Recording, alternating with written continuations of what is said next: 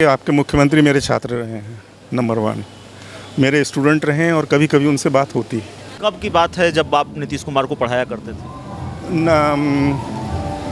73-74 में। नीतीश कुमार के आप टीचर थे? हाँ, 15 साल में कुछ नहीं बदला, उल्टा हुआ है। जो प्राइवेटाइजेशन है वो जहर की तरह गरीबों के लिए है। गरीब आज नहीं पढ़ सकता। एक नई वर्ण व्यवस्था पैदा हो रही है देश में। वो क्या है कि चपरासी का बच्चा चपरासी बन सकता है, क्लर्क का बच्चा क्लर्क बन सकता है, इंजीनियर का बच्चा इंजीनियर बन सकता है, उससे आगे पढ़ ही नहीं सकता। वो सड़क पे घूम रहे हैं, इंजीनियर 6-6 हज़ार की नौकरी कर रहे हैं। चपरासी की पोस्ट निकलती है, 1000 इंजीनियर उसमें अप्लाई करता है।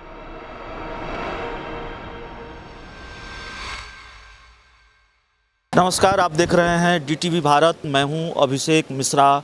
शिक्षक दिवस का दिन है आज और हम एक ऐसे शिक्षक से आपकी मुलाकात कराने जा रहे हैं। बहुत कम टीचर हैं, विडंबना है इस राज्य की या फिर इस देश की। बहुत कम टीचर ऐसे हैं जिनके बारे में हम ये कह सकते हैं कि आप उनकी बातों से प्रभावित हो सकते हैं, या फिर बहुत कम टीचर ऐसे हैं जो ताल ठोक कर ये कहते हों कि जो बच्चा गरीबी के अभाव में नहीं पढ़ सकता हो उसकी मदद हम करेंगे। देश के जाने माने शिक्षाविद, देश के जाने माने शिक्षक हमारे साथ संतोष सर हैं। सर, वाकई बहुत ईमानदारी से मैं ये स्वीकार करूँगा, जब आप स्पीच दे रहे थे बहुत प्रभावित हुआ मैं, और आपकी पूरी स्पीच प्रभावित करने वाली थी। लेकिन जिस तरीके से आपने कहा कि हमारे दरवाजे खुले हुए हैं और कोई भी बच्चा जो धन के अभाव में, जो आर्थिक स्थिति जिसकी ख़राब है और वो नहीं पढ़ सकता, उसकी हम मदद करेंगे, तो देश का इतना बड़ा शिक्षक, इतना बड़ा टीचर अगर ये कहता हो तो जाहिर तौर पर कहीं ना कहीं अंधेरे में कोई रोशनी तो दिखाई देती है। एक्चुअली क्या है कि जिस समय मेरे दोनों बच्चे विश्वविद्यालय में पढ़ते थे तो हमारे पास इतने पैसे नहीं थे कि हम उनको ठीक से सपोर्ट कर सकें। लेकिन वो तेज़ से पढ़ने में, इसलिए वो अपने आप एडमिशन उनके हो गए और सरकारी स्कूलों में हो गए, कॉलेजेस में हो गए, तो कम पैसे में ही वो पास हो गए, चले गए आगे। अब वो, मेरी बेटी अमेरिका में डॉक्टर है, मेरा बेटा सिंगापुर में बहुत बड़ी पोस्ट पर है, तो उनके पास बहुत पैसा है और हम लोग को भी पेंशन मिल रही है। तो हम ये सोचते हैं कि ये पैसा तो सब रह जाएगा पीछे, तो अगर किसी को हेल्प कर सकते हैं वो लोग या हम, तो क्यों नहीं करें। अभी मैं जैसे, मतलब एक बच्चा आया मेरे पास, कल परसों की बात है, तो उसने कहा कि हमें 4000 रुपये घट रहे हैं फ़ीस में। तो हम बोले ठीक है, तो हम उसको 4000 रुपये दे दिए। तो मेरी जो मेट थी वो देख रही थी उसको, तो वो रोने लगी, बोली सर हमें 100 रुपये कोई नहीं देता है, हमें कोई 100 रुपये नहीं देता है और आपने 4000 रुपये तुरंत निकाल के दे दिए। तो मैंने कहा कि देखो, वो बच्चे की पढ़ाई की बात थी। अगर वो कहते कि हमें मतलब बर्थडे पार्टी मनाने के लिए चाहिए तो मैं नहीं देता। तो अगर किसी बच्चे को पढ़ाई के लिए 2, 4, 5 हज़ार, 10 हज़ार रुपये की ज़रूरत है तो हम दे सकते हैं, अफोर्ड कर सकते हैं, इसलिए देते हैं। और बाकी जो दूसरी मदद, आपकी जो क्षमता है, आपके पास जो विद्वता है, उस स्तर से भी अगर आप मदद कर रहे हैं बच्चों की। हाँ, तो मैंने शुरू से ही करीब 20-25 साल से ही मैं गरीब बच्चों को, चपरासियों के, वो सब बच्चों को पढ़ाता हूँ, 6 से लेकर 10th क्लास तक के बच्चों को। आपने कहा कि आपने मदद की, ऐसी कहानियाँ हमने फिल्मों में देखी है। खासकर अगर लेटेस्ट कोई फिल्म की बात करें तो आरक्षण मूवी आई थी। हम उस फिल्म, अगर उस रियल किरदार में अमिताभ बच्चन थे, रियल अमिताभ बच्चन आपको कहें, आमतौर पर होता नहीं, कहने का मतलब है होता नहीं है सर। जाहिर है बड़ी तादाद में बच्चे ये चाहते होंगे। क्या सॉल्यूशन है सर? ठीक है, कितने लोगों को आप कर पाएंगे? सरकार के स्तर से भी क्या किया जाए? देखिए, मेरा ये मानना है, लोग बोलेंगे कि आप कम्युनिस्ट हैं क्या जो इस तरह की बात कर रहे हैं, लेकिन मैं कोई कम्युनिस्ट या कैपिटलिस्ट नहीं हूँ। लेकिन मेरा ये मानना है कि जो प्राइवेटाइजेशन ऑफ एजुकेशन है, दैट मस्ट स्टॉप, उसको रुकना चाहिए।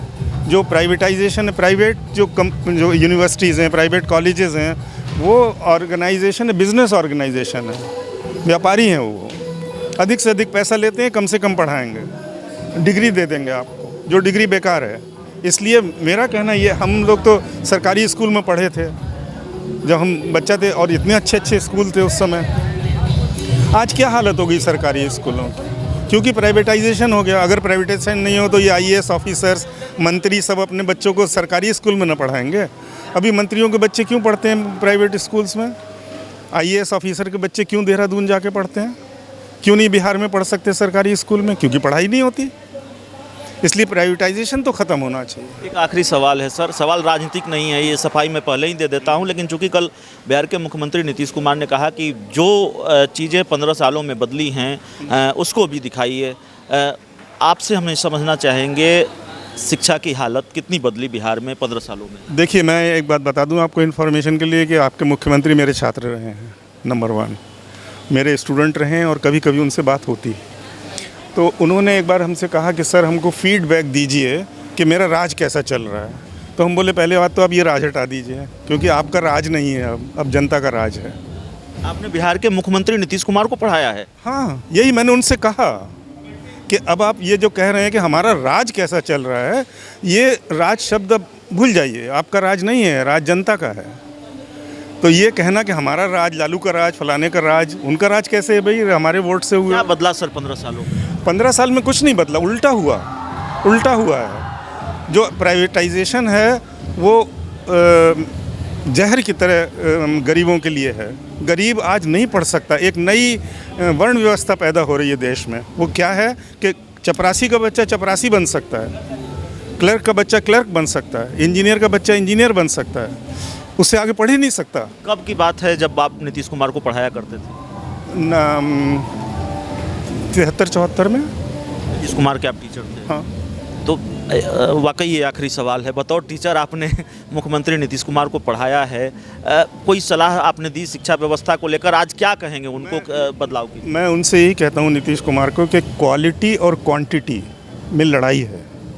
अगर आप क्वांटिटी बढ़ाएंगे तो क्वालिटी गिरेगी, इसलिए क्वालिटी को ज़्यादा ध्यान दीजिए, क्वांटिटी को ज़्यादा ध्यान।